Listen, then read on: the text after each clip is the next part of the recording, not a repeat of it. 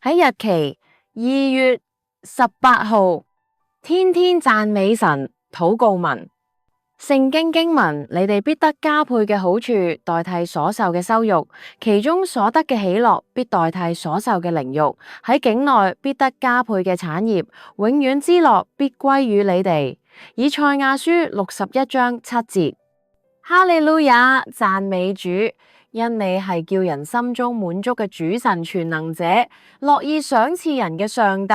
你嘅說話安定在天，直到永遠。你嘅誠實傳到萬代，你堅定咗地，地就長存。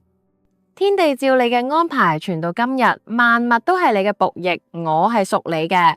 求你救我，因我尋求咗你嘅訓詞。我睇萬事盡都有限，唯有你命令極其寬廣。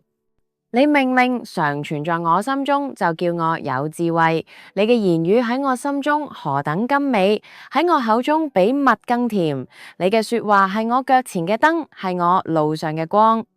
我以你嘅法度為永遠嘅產業，因呢個係我心中所喜愛㗎。我嘅心要永遠遵行你嘅律例。你嘅國係永遠嘅國，你執掌嘅權柄傳到萬代。我嘅救贖主啊，我多謝你，因我得咗你嘅拯救，叫我得着永遠嘅救恩，因此我必不蒙羞，都不抱愧。願嗰啲喜愛你救恩嘅，常話當尊上帝為大。